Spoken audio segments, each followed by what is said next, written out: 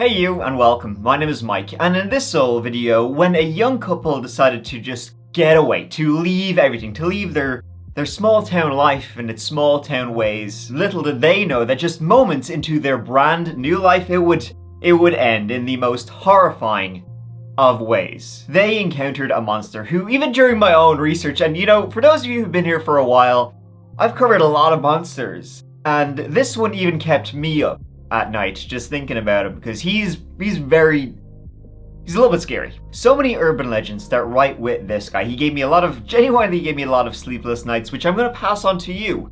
You're welcome. Please subscribe if this kind of thing, mysteries, crime, spooky, if my kind of thing is also your kind of thing. Now, let's give it a go.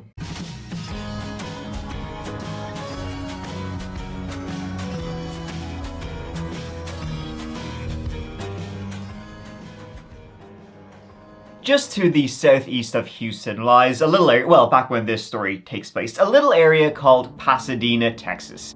These days, about 150,000 people live there.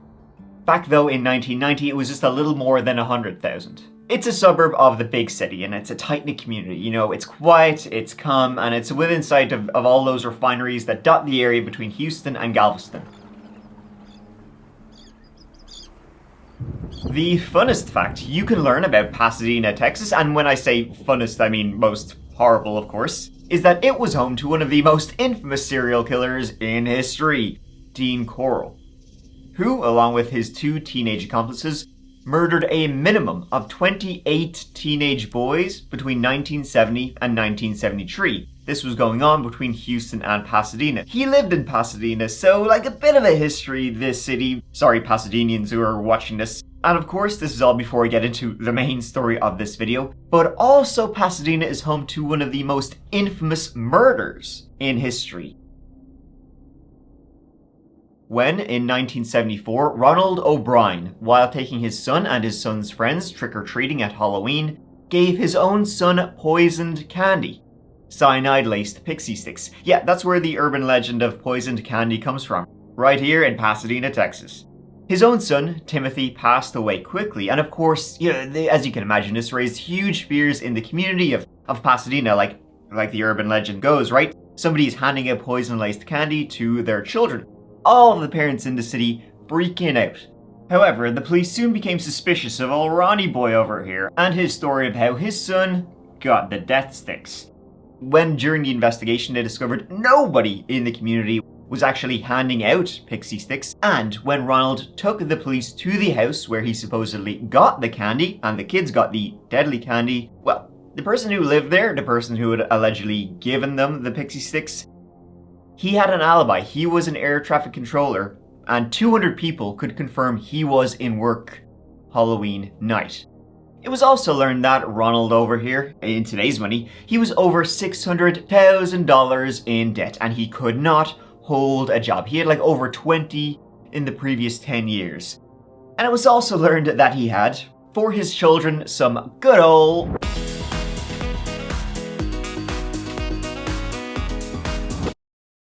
And then the fathers took the children trick-or-treating. Bates said O'Brien went to one house where no one appeared to be home, and after the children had scampered ahead to the next house, O'Brien came off the front porch carrying the pixie sticks. He was arrested, tried, and convicted, and at the end of which he was sentenced to death. A sentence carried out on March 31st, 1984. So, Pasadena, quite a dark history already. It was here in 1990 that 14-year-old Regina K. Walters grew up. Regina was the daughter of Jerry Walters and Caroline Simpson, and she was the youngest of 3 children. She had an older sister, Diana, and an older brother, Brian. Now, tragically, though, her older sister, Diana, would pass away at only age 12, if you can believe that.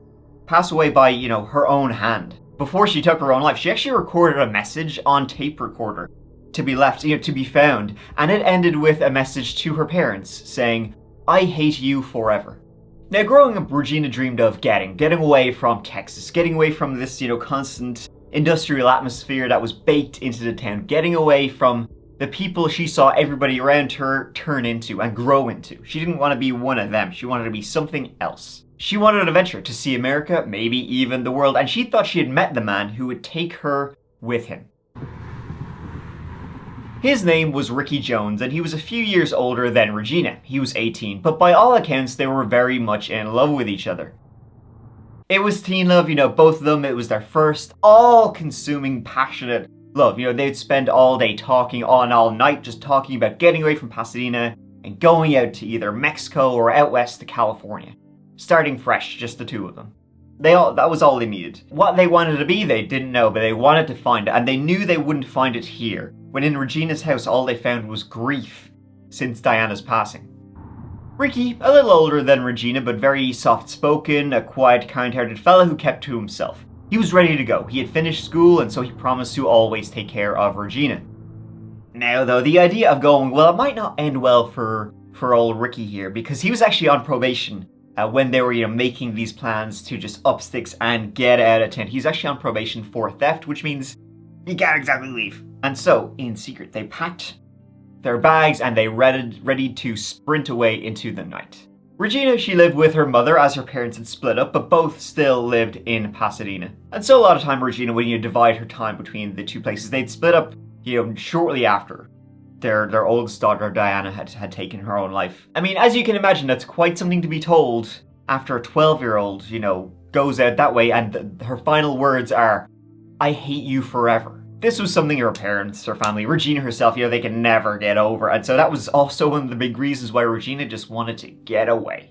Don't think I could blame her. Regina Walters was last seen on February 3rd, 1990 in her mother's apartment. The next morning, her mother, went into Regina's room. "How are you, Regina?" She was not there. Empty room. She sees clothing is missing, that basically she sees all the signs of somebody having ran away. Ricky and Regina had left together. They had ran for the highway. See, one problem that they both had, Ricky and Regina had, was, well, Ricky didn't have a car, neither did Regina. They didn't drive. So with only their backpacks on their bags, it was hoof it and tum it till they got to where, they needed to go, where they wanted to go, but they hadn't even decided in their own head. They just anywhere but here. It wouldn't be easy, but it would be exciting. But in the meantime, of course, her mother Carolyn had woke to find Regina gone. Looking around the house, she can't find her. She goes into Brian's room, asks him. He hasn't seen her. She goes then calls Jerry, who lived in town, her husband Jerry Walters. No, she's not there. Then Caroline quickly goes to the Pasadena Police Department to report her 14-year-old daughter missing to the police. That was on February 4th, 1990, when she had last been seen the day before. An officer was assigned to this missing teen's case, and the usual scale, the usual story. You got the flyers, missing persons posters, police going around town in their cruisers looking to see if they can find her. They can see anything, or if anybody else has seen anything. Soon though, Ring came in, right? Regina had been spotted near the highway in the company of another older teen fella. And so, Regina's family and the friends, they knew full well about Ricky, and so they put two and two together. It was pretty obvious what was happening. Their assumption was a reality. They had ran away together. People were not happy, of course, even though Ricky was always described as a nice guy, quiet, just kind of kept to himself. I mean, in fairness, Regina was too young for him. He was 18, she was 14. So at the same time, he was an adult who had ran away with a minor. People were thinking, this lad, he's stolen a child. Ricky and Regina ran, they tummed it, and eventually, going along the highway, they got lucky, and a truck came up, saw them, honked the horn, slowed down, and allowed them to leg it to catch up. And lucky for them, it was room enough for two. Driver was this middle-aged guy. He looked fairly harmless. He had glasses on, his hair was slightly receding, he was lanky, but he was wearing like a shirt, trousers, very, clean. The cabin was meticulously clean, smelled good. His clothes had been freshly ironed and pressed. Basically, he looked like one of your dad's co-workers from the office. He opened the door, introduced himself as Dusty, let them in, and off they went along the highway. They knew people were looking for them at this stage. They knew they would get in serious trouble if they got caught, but they didn't care. They just wanted to get away and start fresh, away from everything they were leaving behind. Ricky himself, he'd grown up in foster care. He'd been removed from his own parents at a very young age. He had family, all the way over in Indianapolis. So he didn't really have the ties that Regina had, and the ties that Regina had, they were bringing her down, and she just wanted to cut him. That was what they knew. But what they didn't know was that the truck they had just gotten into had a secret compartment in the back, just behind the cabin. That was a torture chamber. And the driver, Dusty, already had a long list of victims. It was over a month after Regina and Ricky were last seen on March 17th, Paddy's Day 1990, that Regina's father, Jerry, he got a ring. Now Jerry, when the phone was ringing, assumed it must have been a friend or somebody he knew. See, Jerry's number was actually unlisted. Even some of his best friends didn't know his phone number, so he was obviously then quite shocked when he picked up the phone and there was a voice on the other end of the line that he did not recognize. The man asked immediately, first thing, am I speaking with Regina Walters' father? And Jerry drops everything, right? Because he's been looking for his daughter for over a month now with 0 leads and 0 tips since, they had been seen near the highway. So he drops everything and is like, yes, this is he. What do you know? Tell me, what do you know about my missing girl? The man said he knew where Regina was. So Jerry, jumping for joy at this point. Amazing. But his next sentence poured ice water on Jerry's stomach. He said, I cut her hair. She's got short hair now. I left her in a barn loft. Jerry asked, is she still alive? And then the line went dead. Jerry tried calling back, but the number was unavailable, and then he went to the Pasadena police to report what had just happened. There had been no news and sightings of either Ricky or Regina since they'd ran away together, so this was, although it could be bullshit, some news. However, the attitude of that call, well, sounds like shit news to be fair. The police, however, they got tape recorders. They gave one to Jerry and they gave one to Caroline, just in case this, whoever he is, he calls back again, they can record his messages. And in fact he did. He called back that night.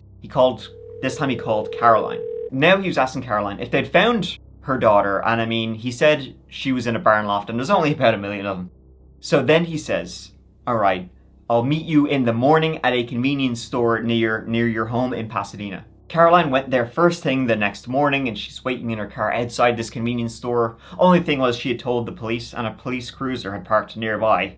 So nobody showed up. Now whether nobody showed up because this caller was actually bullshit or because they'd seen the police car nearby, nobody knows. Maybe nobody was ever going to show up regardless. That was though until he called again, arranging another meeting. Now this time there was no police car, or rather the police were there, but they were in an unmarked car parked nearby, but again, no show. Caroline waited and waited and waited for nothing. The mysterious caller then called her yet again. In fact, he would call her multiple times over the next couple of weeks, and the police would always, be trying to trace these calls from wherever this mysterious person was, because it was always the same voice. Now, a lot of times you wouldn't stay on the line long enough to be traced. Other times, though, it would be traced back to Oklahoma City or up to Illinois or then right beside her house. The calls were coming from basically all around Texas and the Midwest. On the phone, he was basically said nonsense, shouting, sometimes trying to arrange another meetup, sometimes sexual things. But then, after about 2 weeks of these calls coming in, they abruptly stopped in April. Ricky and Regina have been missing for 2 months now, with zero word other than this crazy son of a bitch who's calling in saying all sorts of weird ass shit. Who knows if he even knew anything about what really happened to Ricky and Regina. Maybe he was just some crazy see you next Tuesday who was getting a chub off, torturing a missing girl's parents. But the fact that he was able to call Jerry's number, which was an unlisted number, did strike people as odd. How would he have gotten that number? Unless he had gotten it from Regina herself. But the thing of it, he was a crazy son of a bitch who, see you next Tuesday, he was getting his rocks off by torturing a missing girl's parents. He was telling the truth. He was the reason Ricky and Regina had gone missing.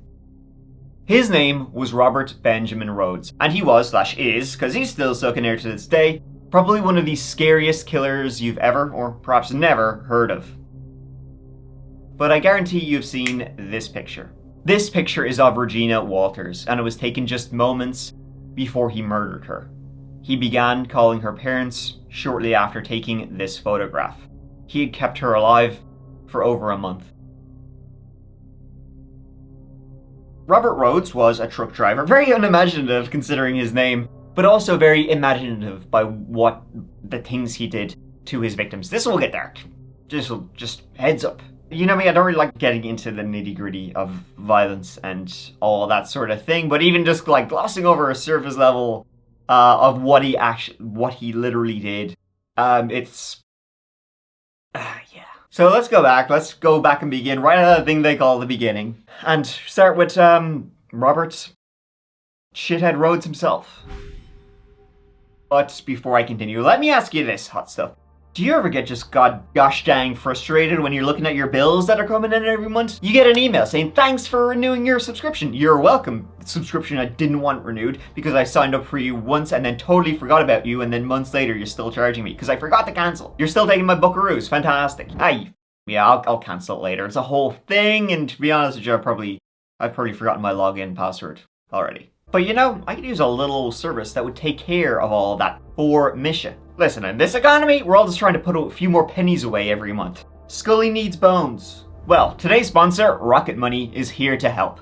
Rocket Money is the personal finance app that helps you manage bills, cancel subscriptions, and saves you money. I'm not great with money because, I'm a storyteller. Letters and stuff. Numbers, no thanks. Which is why having something like Rocket Money, which helps me just plan out everything in incredibly clear language, it makes it so incredibly helpful. For example, this guy, I'm using Rocket Money to cancel subscriptions. Just a few taps. Be Gone thing I signed up for probably years ago and then forgot to cancel, and you're still taking my money. Or you can even have them try to lower your bills for you. Just upload a photo of your bill, and by tapping a few buttons, Rocket Money will negotiate your bills for you. From internet service to cable and phone bills. I'm full sure I'm being ripped off by my internet company. Or should I say I was? Rocket Money has helped save its customers up to $740 a year when they use all the features, with over $500 million in cancelled subscriptions. So to save more and spend less, join the over 5 million members using Rocket Money today. Go to rocketmoney.com/thatchapter or click the link in the description to get started for free. You can also unlock even more features with Premium. That's rocketmoney.com/thatchapter to get started for free. Thank you so much to Rocket Money for supporting and sponsoring That Chapter. Now let's make like a rocket and Robert Rhodes was born in November 1945 in the city of Council Bluffs, Iowa. Council Bluffs sits just across the Missouri River from Omaha. Back when he was just knee-high to Adam's ballsack, or whoever that saying goes. Back then, a population of about 40,000 people. But, you know, soon after that, when Robert was growing up, it would experience that big old post-war baby boom. And the population would grow exponentially. Speaking of post-war, Robert's dad was actually in the military. He was in the army and he was stationed in West Germany. This was at the time of Robert's birth, so for the early years of Robert's life, he was actually raised by his mama, Faye Rhodes. She herself raised Robert and his siblings in the city of Council Bluffs. It seems like they grew up a nice, normal family. You know, the kind of things you see in all serial killers, child-roonies, was not there. Nice, loving family in this nice, good old boy city. It seems like he was close with his mother, though, you know, not in that, weird. He wasn't too close, if you know what I mean. But this nice, normal family of the Rhodes, it went off-road. Right when Daddy Ben Rhoades returned from Europe after he was discharged from the army. He did, however, put this in your pipe and smoke it, come home like he was still fighting the Nazis in his own home. He had quite a temper, and he wasn't shy, you know, with the fists. So the entire home life was disturbed by probably a fairly already disturbed Daddy-O. Once home, he got a job as a firefighter, and, you know, in the public's eye at least, he was fairly respected. You know, he just got home fighting a war in Europe, and now he was back home in his city that was on the rise. But of course, people, you know, outside the Rhodes' front door didn't really know what went on behind it. But Robert always looked up to his dad as a hero, even when sometimes he'd be on the end of his dad's cuisine du jour, which was a knuckle sandwich. And during all of this, Robert and his siblings were growing up fairly normal. They went to the local elementary, middle, and high schools, and he was a decent student. He had friends, he played sports, he was in the singing clubs. Pretty regular so far, though he did bounce off the police once or twice while growing up, once at 16 and once at 18, but for fairly minor offenses. Once was for tampering with a vehicle, another time he just got into a fight. And, you know, but nothing worrisome at this stage. Fairly normal, you know, lads being lads kind of stuff. However, it was after a clean and non-serial killery childhood that things took a dark turn for Robert Ben Rhoades. Right when he was just about to graduate high school, he was about 18 years of age at this point. It was the actions of his father, Ben Rhoades, that would turn this pretty, you know, average trajectory that Robert Rhoades was on and just take a nosedive. All the way down to Nopesville. See, when Robert was 18, his father was arrested for sexually assaulting a 12-year-old girl. Then, after posting bail, he was arrested a few months later for doing it again. He was arrested, made bail once again, but before his could come to trial, he decided to eat a revolver and diarrhea bullets out the back of his skull. So as you can imagine, this would have a profound effect on Robert. His dad, his hero, his dad, turned out to be a monster who had ended it all. A switch in Robert, done got flicked. He hadn't figured all that out yet though, so to get away from all the rumors and whispers and finger pointing in the small town of Council Bluffs, he wanted to follow in his father's footsteps. Robert Rhoades followed in Ben Rhoades' footsteps, and he himself joined the military. He joined the Marines. Following his father's footsteps he did, down the staircase to hell. However, it was 3 years into his service in the Marines that he would be dishonorably discharged. He was based on the East Coast and he was caught red-handed during a robbery. So, out you get. He was out with his arse after that. It seems like he really did have this urge to kind of act out after his father's death, and you know, I guess what he thought would be the military, which would kind of keep him in line, it did the opposite of that, and he just got worse and worse and worse. Over the next few years, Robert kind of sort of bounced around from job to job, never really finding his place. I mean, his place was supposed to be the military, but he was out in his arse. He didn't have an arse in his trousers after what they did to him. So eventually he moved back home to Council Bluffs, moved back into his family home. The whispers and the finger pointing hadn't stopped about old Daddy-O, who, you know, Ben Rhoades had been a hero in the war. He'd been a firefighter and turned out, you know, so everybody knew him and knew what he had done and then what he'd done to himself. So the whispers and finger pointing back in Council Bluffs hadn't stopped, but Robert still went back. He actually ended up meeting a woman there and marrying her. And while he was there, he also went to college and he wanted to, you know, upskill himself. At this point, he didn't really know what was ahead of him, but he did know one thing about himself at this point.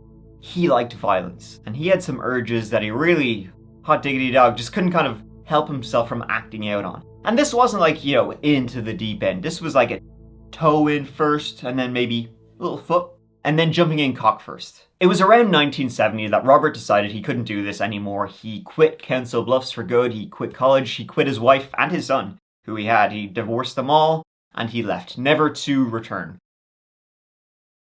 They dodged a bullet, let me tell you. He tried to become a cop, but he failed the entrance exam and he bounced from one job to another. He worked in warehouses, in stores, in restaurants, all that kind of stuff before ending up in Houston, Texas in 1973. He ended up as a truck driver, and he loved being a truck driver. We will get to that. Another thing Robert discovered is that he was, BDSM. Right, that was the thing for. He thought BDSM was the dog's bollocks, right? It was his favorite thing in the world. He jumped cock first into the local burgeoning BDSM swingers community in Houston, Texas. Mad for it. He got into it more and more. And I mean, you know, the thing about BDSM is that you got the whips and the chains and all that stuff, but it is consensual. Two parties agreeing are both into it and they can stop whenever they want. It's completely consensual. Now, Robert was into the whips and chains. Consensual part, though, he could kind of do without. Robert would marry again in Houston, unknown what her name was, but he really got off on watching her suffer. One time when she was in hospital with lupus, he was rocking it 24/7.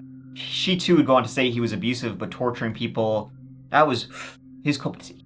He really found that out about himself. I guess he had a lot more in common with his dad than he thought originally. Here's a picture of him in his getup. Now this picture is actually from a Halloween party he attended with his wife. But I mean, this may as well not be because that was his gear, he didn't need to buy shit. His nickname was even Whips and Chains.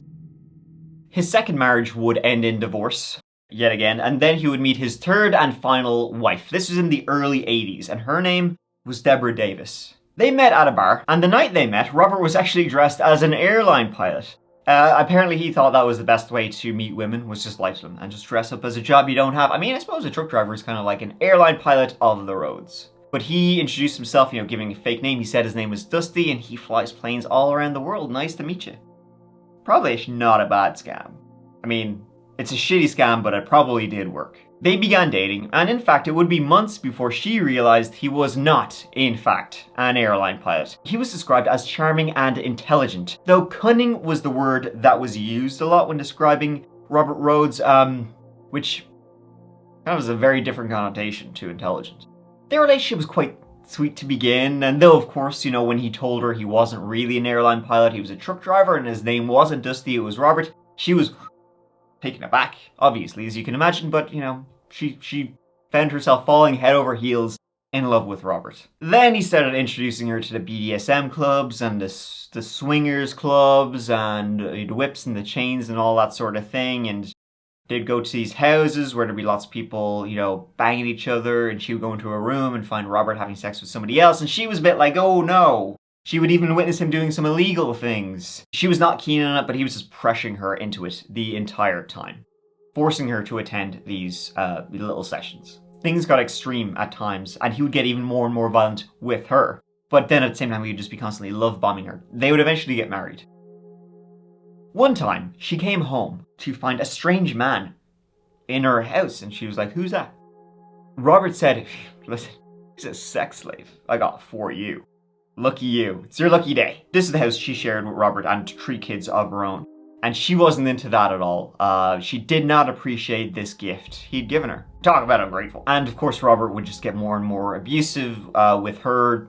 List all the kinds of abuse he was doing. We don't need to get into it. But eventually, over the course of a couple of years, she would finally have enough. And she'd become estranged. Soon though, Robert decided to take his violence out on the road. Where, listen, nobody's gonna stop me out here. He loves trucking, he loves a lot of other things. Let's go buck wild. This was in the late 80s. His MO, his modus operandi, look at me, he would be traveling all across America, on the highways all across America. So he could really be anywhere. And, I mean, the whole thing of, truck drivers being serial killers, he's, kind of a big dog in that. So his MO would he be driving around and he would stop off at truck stops and he would spot what he called lot lizards. Lot lizards, he didn't invent it. It's a term basically used for sex workers or maybe sometimes hitchhikers who will exchange sexual favors in exchange for going somewhere or for money or whatever. And sometimes he would agree to take them where they needed to go. He's go on, hop in the rig. For a time, the trip would be perfectly normal, and his passenger, you would think, hey, he's a nice guy, he's dressed well, he smells good, he's charming, he's intelligent, he knows about the world, and he ain't a creepy-looking sumbitch. The cab was clean. This'll be fine. He'd even buy a lunch as he drove. So he'd be sitting there in the cabin, munching away, wolfing down a burger and a Coca-Cola or whatever, thinking this is great.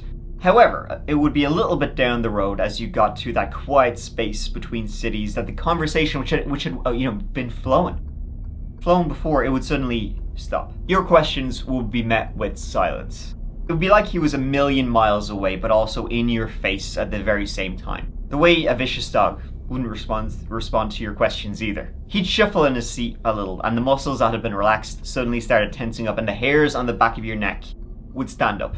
Then he'd start talking about some dead girls he had read about in a newspaper who'd been found off a highway, or he had just heard about, that other truckers had been talking about. Maybe other dead girls who had been hitchhiking up until that point. He'd mentioned secret societies. Apparently Robert Rhoades was obsessed with secret societies, and he would mention one called the Laughing Death Society, which he said, you know what they do? They just laugh at death. I think the only member may have been Rob Rhodes. Then, when the truck was in a lonely spot, he would pull off and park the truck just off the road. He would then whip out a knife. He would tell you to get into the back of the cabin, or else this knife is going into you. In the back of his cabin, he had this little torture room set up. He had his little kit with chains and handcuffs and needles and all manner of toys that you can imagine, but you probably don't want to imagine. When the moment struck to either attach shackles after the woman had fallen asleep or at knife point, he then dragged them into the back of the cabin and would handcuff his victims to a bar bolted to the ceiling of the truck. Then, as he drove, he would take breaks whenever the mood struck him to assault his victims and torture them. He would whip them on the front and the back, puncture nipples and genitals with needles and pins, use and insert all manner of toys, all sorts of sex toys on them. He would force them to drink their own pee. This would go on for weeks. He would shave their pubic hair, which was a trophy of his. And the more they screamed, well, that's what he wanted. His assaults would only get more brutal the longer he held them. And once he got bored, it would almost always end in death, till he found his next victim at the next truck stop, and he would ready his black leather briefcase once again. One of these victims was 24-year-old Patricia. Candy was what she went by, Walsh, and her husband, 26-year-old Douglas Ziskowski. They were a couple newlyweds from Seattle, Washington, and they decided they'd wanted to attend a religious workshop in Georgia. They didn't drive or have a car, so hitchhiking was the plan. It'd be an adventure. They were newlyweds, so think of this as a honeymoon. This was in November 1989, but it would be shortly after they set out on this great adventure that all contact with them stopped. Now this is 89, so it's not like they had cell phones or anything like that, but friends, relatives would just, start to wonder after a couple of weeks of not hearing from them, and then that wonder would turn to fear and dread. See, they had actually made it to El Paso, Texas. It took them a surprisingly long time to get there, over a month. They still had quite a bit to go when, didn't a nice friendly truck driver, listen, where you want to go to Georgia? Listen, I'm heading in that direction, be close enough, you can find your own way there. Hop on in. And he was one guy and they were a couple, so it's not exactly like they were fearful of him attacking them or anything like that, you know what I mean? However, a few hours into their trip, his demeanor changed and he pulled over. This time though, with two people, he whipped out a gun. He ordered the couple out of the truck into the woods, and then once they'd gotten quite a bit off the road, he shot Douglas in the head. Then when Douglas was lying on the ground, he shot him more times in the head, and then he ordered Candy back into the truck. He kept her in the truck for over a week, by which time they'd gotten into Utah. Then, around then, he ordered her out of the truck into a remote spot, and he executed her. Another one of these women was 18-year-old Shanna Holtz. She was from California, and he met her in California, and she was looking for a ride to Fort Smith, Arkansas. Robert told her he was going to Texas, and she said, well, here, listen, that's probably close enough. So in you get. Once again, she thought he was charming and harmless, just some trucker, she's a young'un, just a trucker, trying to do his good deed for the day after spotting this young hitchhiker milling around this truck stop. Once Shanna got into his truck, he pounced, attached a handcuff to each of her arms and each of her legs so she was spread eagle in the back of his cabin. After hours of torture, he would drive for a few hours, then more torture. When he had to make deliveries, he would turn up the radio in his truck to drown out the screams, though he would always insert a horse brindle around their neck and into their mouth so that they couldn't make much noise. Now, serial killers, they'll often take trophies of their victims, whether it be clothing or sometimes bits of skin or teeth or jewelry or whatever. Robert Rhodes' thing was hair. When he had these women in his truck, he would often cut their hair short. He cut Shanna's hair short while he was kidnapping her just on the side of the highway. After keeping her in the truck for about a week, he began to sort of trust her. He would let her ride up in the front of the cabin, though she was always naked and kept shackled. He actually kept her for 2 whole weeks entirely, when one time she managed to escape after he didn't, when a handcuffs he had put on her, he didn't put it on tight enough. And so she ran screaming towards a highway, just begging for help, flagging down any cars that could. And eventually she flagged one down and the police officers arrived not long after. So the police arrived and they spoke with her, and she told the officers that the person who had kidnapped her and kept her for 2 weeks, his name was Dusty. And she eventually was able to give the police a description of the truck he drove and the company that he worked for, and yada yada yada. The police went to the trucking company. They asked, do you have any truck drivers by the name of Dusty? And they said, well, yeah, his name is actually Robert Rhodes, but he often goes by Dusty. The police nabbed him. They then brought him into a police lineup in the station. And, had Robert Rhodes was there, and then there was a couple of other guys, and then there was a two-way mirror, and then there was police officers, detectives, and Shanna Holtz. And Shanna, pick out who's the guy who kept you in his truck. She looked at each person there, and she said he wasn't any of them. The police knew one of them was. They knew who it was. They knew that it was Ben Rhodes who had kept her. He matched all her descriptions. But looking at Shanna, they could just see the fear in her eyes, that she just wouldn't identify him. In her mind, she was thinking if he ever got out, well, she already knows what he's capable of, so she thought he will kill her if he gets out. Just like Candy, and likely the countless women before her, Shanna had suffered the most unthinkable abuse while shackled in the back of Robert's cabin, kept there for 2 weeks as they drove and drove and drove, consistently being subjected to the unimaginable. Traumatic wouldn't even begin to cover it. So she lied to the police, said it wasn't him, and he was let go. The police, obviously, they couldn't pursue, but they noted all the details of Robert Benjamin Rhoades, everything about him, his address, his company, everything, because they were fully sure this would not be the last time they would ever hear of him. They were bang on to rights. If you can believe it, he would come up again. That would be in April 1990. This was in Casa Grande, Arizona. As you can see, he was getting around. We ain't done with the full story yet. This was on April 1st, 1990. It was in the very wee hours of April 1st, 1990, an Arizona Highway Patrol officer spotted a truck parked off the interstate just outside these city limits, and its hazards were blinking away. So the officer is driving along, as I said, very wee hours of the morning, he's thinking to himself, jeez, that truck, I wonder if everything's alright. You know, maybe I should why not just pop over, knock in the old cabin, see if everything's good here. So he pulled it, parked up behind the truck, started flashing the lights, then he got out, whipped out a flashlight, was examining the truck, and walked up in the pitch blackness of the night. Just going up to see what the matter is, just make sure everything's okay. Looking up, he can see the light of the cabin spilling out of the front of the truck, but he can see like the light moving, as if there is some kind of commotion or activity inside the truck. So he steps up on the runner of the truck and looks in. And what he sees... I don't think he had words for what he would see, because I don't have words for it either. He saw a woman completely naked, chained to the wall, the inside wall of like the sleeper area in the cabin. And that was Robert's little torture chamber.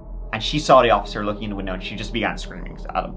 So the officer then ran around to the driver's seat, whipped out his gun, and opened the door. He saw the man inside the truck try and hide behind the cabin, but he obviously just whipped out his gun and demanded he got out. The man did, calmly, and said, listen, I'm not going to cause any trouble. He calmly got out of the truck. And he was arrested right there and then, and that woman was rescued. She was taken to the hospital, and the man, Robert Rhodes, was taken to the police station. Now the victim her name was Katie Ford, but that's not her real name. Her real name has never been given away. And she said she'd been in there for a couple of days by this point in his little torture chamber. She told the police that while he was torturing her, he told her that he had been doing this for 15 years. 15 long ass years. Now when the police though then went to speak to Robert, he just told, you can't believe her bullshit, she's just some crazy, lot lizard. She's talking gibberish, wouldn't worry about her. Went back to bed, invited back, I think that's about as far as I've ever gone. Anthony, this dog is not playing with a full deck. This was, she was just going to pay me for taking her away, and she was going to pay me in nature, as they say.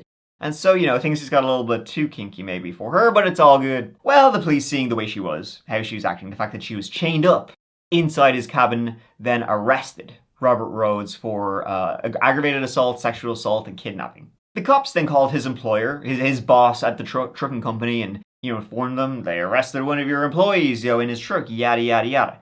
And as they were on the phone to him, telling him about this incident just outside of Casa Grande, Arizona, Robert's boss was like, oh, hey, that's kind of odd. Because, just a couple of months previous, there had been another weird incident regarding this guy. He'd been called in for a police lineup about imprisoning somebody else. Now, charges were never filed against him, and he was allowed to walk a free man. She said he didn't do it, but it's just weird that... It's weird it would happen twice, in a space of a couple of months. Interesting. The police then went to his truck to just scope it out and scope out what the frick they could find out in the back of that cabin, because there was some sick shit going on back there. I'm not even gonna... like I said, I don't want to get into details because it's very fricked up.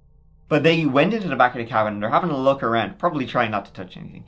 And then they find a camera tucked away just in the back of the cabin. So they get the camera out and they get the roll of film out and they go to get it developed. See, they had a good feeling there was more here than just some depraved truck driver, that he was a lot worse than what he had been caught doing was pretty bad, but they thought it could be worse.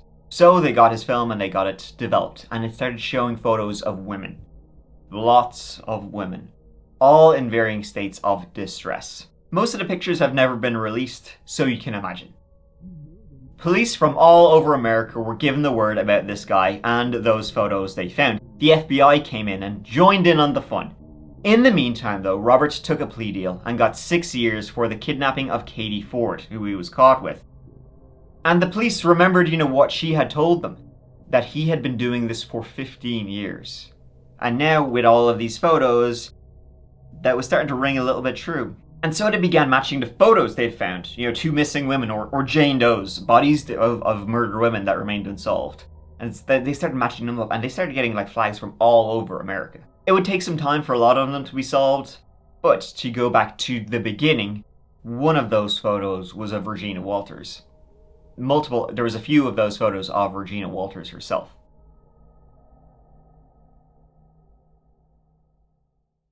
It was in September 1990 that a farmer just outside of Greenville, Illinois, he had an old barn on his extensive property, and he was actually going to have that old barn burnt down by the local fire department, as it was old and it was pretty decrepit and it was sort of falling apart. But one day in this September of 1990, he's like, you know what? It's going to be burnt down in a couple of days. Let me just go in there, check on it, make sure I didn't leave anything behind. There's nothing, living in it or whatever. He goes to just snoop around. It was as he was climbing into the loft of that barn. He was looking around, and then in the corner on the floor, he sees an almost skeleton figure just lying there. The authorities, when they arrived, they could tell it was a young woman, a teen child almost. She'd been there for quite a while at this point, and she had been murdered. She had a wire twisted so tightly into her neck, it was still embedded in the skin. The body was processed, and then the dental records were taken to try and identify, who this was. This Jane Doe, it did the rounds, and it eventually landed with the missing persons unit of the Pasadena Police Department, and they were able to match the dental records with that of Regina Walters. Initially, they actually thought Ricky may have killed her, that they ran away together and that he had killed her.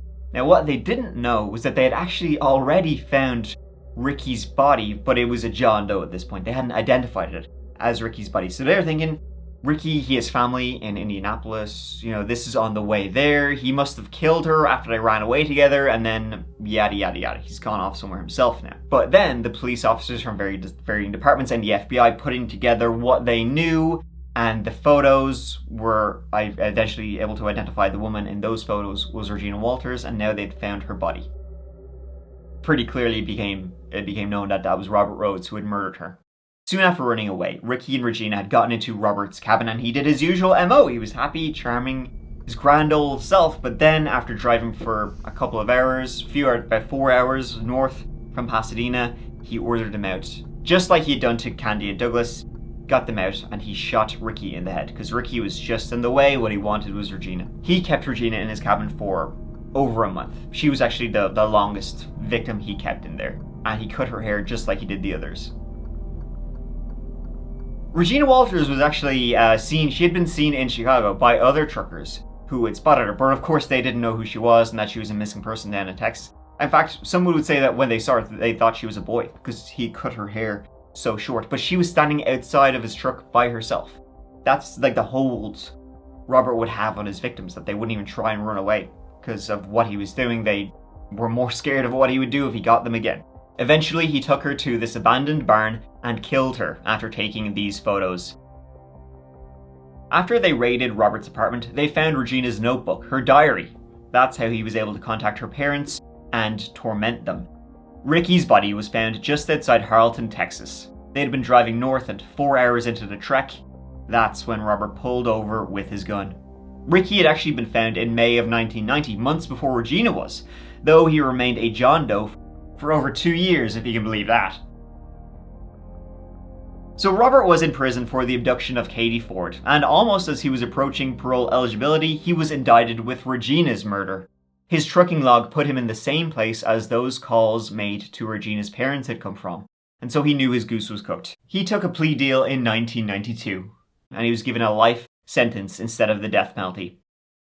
He wouldn't be charged with Candy and Douglas's murder, though, until the early 2000s. Their bodies had actually been found and identified years previously, but it was just on a hunch that one officer was able to match the bullet wounds found in their body with bullets that had been found in his cabin and Robert's cabin when he was arrested. So again, he was charged with their 2 murders, but once again, before he could go to trial, he took a plea deal, he pled guilty to their 2 murders, he got an extra 2 life sentences, but he wouldn't be sentenced to death. And so, Robert Benjamin Rhoades is confirmed to have killed 3 people: Regina, Candy, and Douglas. He did unimaginable things to the 2 women who just managed to escape, and he certainly killed Ricky as well, but he's never been charged with that, as there's just never enough evidence to link him, but, we know he did it. And just to talk about highway serial killers for a moment, because really Ben Rhoades, he's the quintessential version of one, but there's a lot out there. So much so that the FBI, they had to create and are currently running a highway serial killings initiative to tackle them across the US. And even before, I've mentioned places like the Highway of Tears in Western Canada, where it's believed they're also, unfortunately, all too active as well.